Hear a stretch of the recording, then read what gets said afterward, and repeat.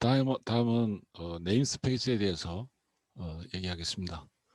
단넷 프레임워크, C# 프로그램의 특징은 단넷 프레임워크를 사용을 해서 OS 독립적으로 응용 프로그램이 작동할 수 있다라고 우리가 첫 번째 시간에 강의를 했던 적이 있습니다. 단넷 프레임워크는 굉장히 많은 클래스들을 가지고 있습니다. 기존에. 단넷 4.0 같은 경우는 약 11,000개 정도의 클래스를 가지고 있습니다. 지금은 더 많겠죠. 이렇게 많은 클래스들을 충돌 없이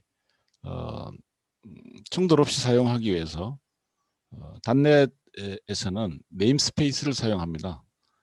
그러니까 우리가 맨 처음에 그 C샵을 이제 열고 콘솔 프로그램 프로젝트 작성해서 콘솔 프로그램을 작동을 하면 맨 위에 유징이라는 게 나오고요. 그 다음에 네임스페이스 나오고, 그 다음에 이제 클래스 나오고, 그 다음에 메소드 나옵니다. 이걸 달리 말하자면, 일단은 이제 뭐 유징이라고 하는 것이 먼저 나오고, 근데 유징이 뭐 네임스페이스를 포함하는 건 아니고, 일단 네임스페이스 안에 클래스가 있어요. 클래스하고 네임스페이스하고의 관계는 그래요. 네임스페이스 안에 클래스가 있다. 클래스 안에 메소드가 있다. 메소드 안에 속성과 어떤 그 기능이 있다. 이렇게 얘기할 수가 있는 거죠. 그래서 클래스들을 네임스페이스 안에서 정의한다. 이렇게 얘기합니다. 그래서 클래스들을 네임스페이스 안에서 정의한다. 클래스들이 네임스페이스 안에 정의된다. 이렇게 얘기를 합니다. 네임스페이스 없이도 정의될 수는 있기는 한데 대부분의 경우 네임스페이스를 이제 정의하는 것이 일반적이다라고 하는 거죠. 그 다음에 네임스페이스를 이제 참조한다, 네임스페이스를 사용한다라고 할 때 그때 유징을 써요. 유징. 나는 어떤 네임스페이스들을 사용한다라고 말을 할 때 유징을 써요. 그러니까 유징이 맨 위에 오는 거죠. 우리가 프로젝트를 열고 프로젝트를 열어가지고 응용 프로그램을 열어가지고 콘솔 프로그램 이제 하잖아요. 콘솔 프로그램을 만들겠다. 그래서 이제 프로젝트를 새로 만들어 가지고 우리가 소스 코드 칠 수 있는 거 소스 코드 칠 수 있도록 이렇게 하면 맨 위에 유징이라는 게 나와요. 그래서 어떤 네임스페이스들을 내가 참조하겠다. 그래서 유징 한 다음에 네임스페이스를 이렇게 설정을 하고요. 그 다음에 네임스페이스를 먼저 쓰고 이제 그 다음에 네임스페이스 안에 뭐가 있냐, 클래스, 이러이러한 클래스들을 우리가 사용을 한다. 네임스페이스 안에 클래스가 있고, 클래스 안에 이제 그 메소드가 있는 거죠. 메소드. 이러한 관계를 우리가 알고 있어야 되겠습니다.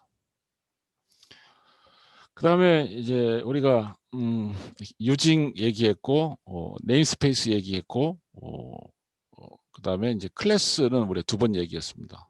그럼 클래스 안에 메서드라고 하는 게 있다 그랬죠. 그 실제로 메서드가 어떤 기능을 하게 하는 그런 소스 그 자체다.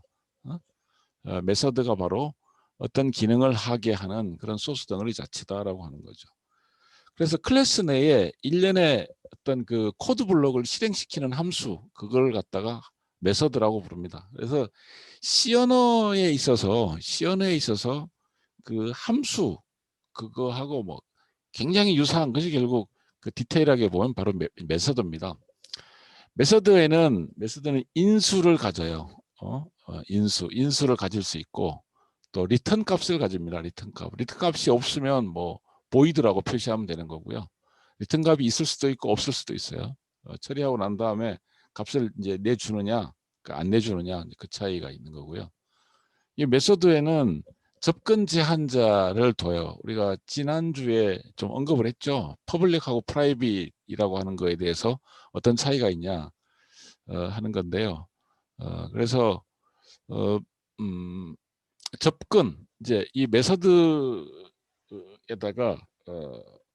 내가 사용한 그 이제 뭐 변수나 여러 가지 것들을 외부에서 사용할 수 있게 한다. 그러면 이제 퍼블릭을 쓰는 거고요. 그렇게 하지 못하겠다. 그러면 프라이빗을 쓰는 거죠. 그래서 메서드를 쓰는 문법은 맨 앞에다가 접근 제한자를 먼저 쓰고요. 접근 제한자를 먼저 쓰고 그 다음에 이제 메서드 명을 쓰고 그 안에 이제 인수들을 이렇게 이제 쓰고 그렇습니다.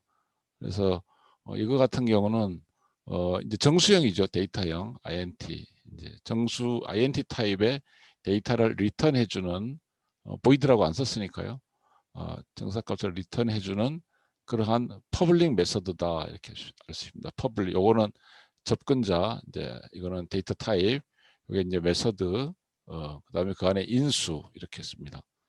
그래서 메서드가 실질적으로 어떤 기능을 하는 그래서 어떤 그 기능을 하는 소스 자체가 어디로 들어가냐 어디에 포함되어 있냐 바로 메서드에 포함되어 있습니다. 우리가 이거를 그래서 유징하고 우리가 처음 이렇게 소스 코드를 열었을 때 유징 그 다음에 네임스페이스 그 다음에 이제 클래스 그 다음에 메서드 이런 것들 우리가 잘 이해를 하고 있어야 되겠습니다. 이 개념에 대해서 서로 우리 그러니까 소스 코드 안에서 응용 프로그램의 그 구조, 내용 이런 거에 대해서 알고 인식을 하고 우리가 윈도우 프로그램 소스 코드 우리가 작성을 할 수 있도록 해야 되겠습니다. 그 다음에 이제 클래스가 만들어내는 것이 이제 객체라고 그랬잖아요. 예, 객체. 예, 객체는 속성과 기능으로 구성된다. 속성과 기능으로 구성된다. 그래서 속성이라는 게 뭐냐? 객체의 속성이라고 하는 건 뭐냐라고 하는 거거든요. 객체의 속성.